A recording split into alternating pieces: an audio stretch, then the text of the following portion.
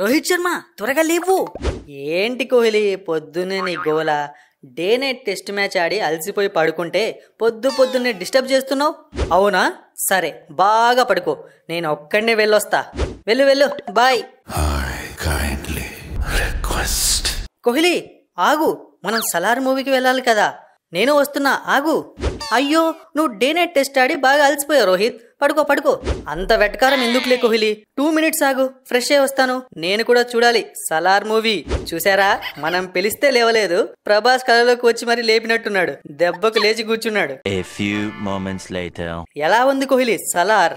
Simple గా చెప్పాలి అంటే గ్రౌండ్ లో నేను ఎలా ఉంటానో సలార్ లో ప్రభాస్ అలా ఉన్నాడు. నువ్వెప్పుడు కత్తి పట్టినావు కోహ్లీ?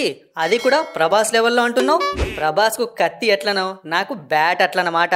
ప్రభాస్ కాన్సార్ లో మనుషులు నరికిండు, నేను గ్రౌండ్ లో బ్యాట్ తో బంతిని నరుకుతా. అంతే తేడా, మిగతాదంతా సేమ్ టు సేమ్. ఓహో, నువ్వు ఒక్కడే నరుకుతావు గ్రౌండ్ లో, నా నరుకుడు కూడా వేరే లెవెల్లో ఉంటుంది. అట్లా ఫీల్ కాక రోహిత్. ప్రభాస్ లో నన్ను నేను చూసుకున్నా, అలాగే నిన్ను నువ్వు చూసుకో.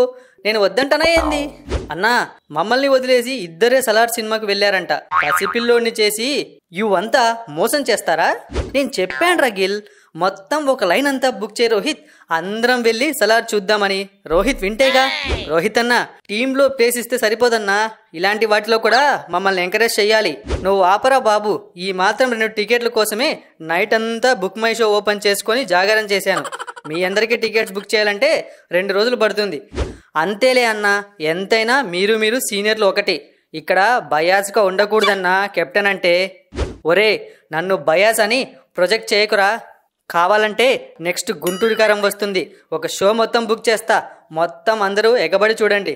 సరేలే అన్న, పెద్దోళ్ళు, మీరు ఎలా చెప్తే అలా. ఇంతకీ సలార్ మూవీ ఎలా ఉంది? ఎలా ఉందని అంత చిన్నగా అంటావేంట్రా? ప్రభాస్ అలా చూడడానికి 2 కళ్ళు సరిపోలేదు. ఇక ఫైట్స్ ఉన్నాయిరా, అవి మామూలు ఫైట్స్ కాదు. ఒక్కొక్క ఫైటు ఒక్కో ఆనిముత్యం అంతే. అంత పెద్ద సినిమా అయిపోయాక కూడా నాకు థియేటర్ బయటకు రావాలనిపించలేదు. ఇది మాత్రం నిజం. సినిమా ఇంకో అరగంట ఉన్నా అలాగే చూస్తూ ఉండిపోయే వాళ్ళం. అందరూ ఫైట్స్ గురించే మాట్లాడుతున్నారు. ఫైట్స్ తప్ప ఇంకేం లేవా అన్న? ఆ మాట మళ్ళీ అన్నావంటే నేను కుమ్మేస్తాను, జాగ్రత్త. ప్రభాస్ కట్అవుట్కి తగ్గ ఫైట్స్ ఉన్నాయి కాబట్టి ముందు దాని గురించి చెప్తున్నాం. సినిమాలో ప్రభాస్ పృథ్వీ ఫ్రెండ్షిప్ బాగా చూపించారు. నేను ఆ ఎమోషన్కు బాగా కనెక్ట్ అయ్యా. నాకు తెలుసన్నా నువ్వు బాగా ఎమోషనల్ పర్సన్ అని. అందుకనే రా, ఎమోషనల్గా బ్లాక్మెయిల్ చేసి ఆడుకుంటావు నాతో. చాచా, అలా కాదన్నా, నువ్వు మంచోడు అని చెప్తున్నా అంతే. పార్ట్ 2 శౌర్యంగ పర్వం కోసం నేనైతే ఈగర్గా వెయిటింగ్. పార్ట్ 2లో డైనోసర్ వేరే లెవెల్లో ఉంటుంది. డైనోసర్ అంతే గుర్తొచ్చిందన్నా, ఈ టీజర్లో చూపించిన డైనోసర్ డైలాగ్ ఉంటే బాగుండేది అనిపించింది నాకు. అంటే బాగుండు అని నీకు అనిపించిందా? అంటే నువ్వు సినిమా చూసావా? ఏం లేదన్నా, ఇప్పటిదాకా గ్రౌండ్లో ప్రాక్టీస్ చేసుకొని ఇప్పుడే రూమ్కి వచ్చా. నాకేదో తేడాగా అనిపిస్తుంది. నువ్వు సినిమా చూసొచ్చి అది తెలియకూడదని రివర్స్లో మమ్మల్నే సినిమా గురించి అడుగుతున్నావు అనిపిస్తుంది. ఏ ఊకో అన్నా, మీకు అబద్ధం చెప్తానా? ఈ తమ్ముడు అంటే ఆ మాత్రం నమ్మకం లేదా మీకు?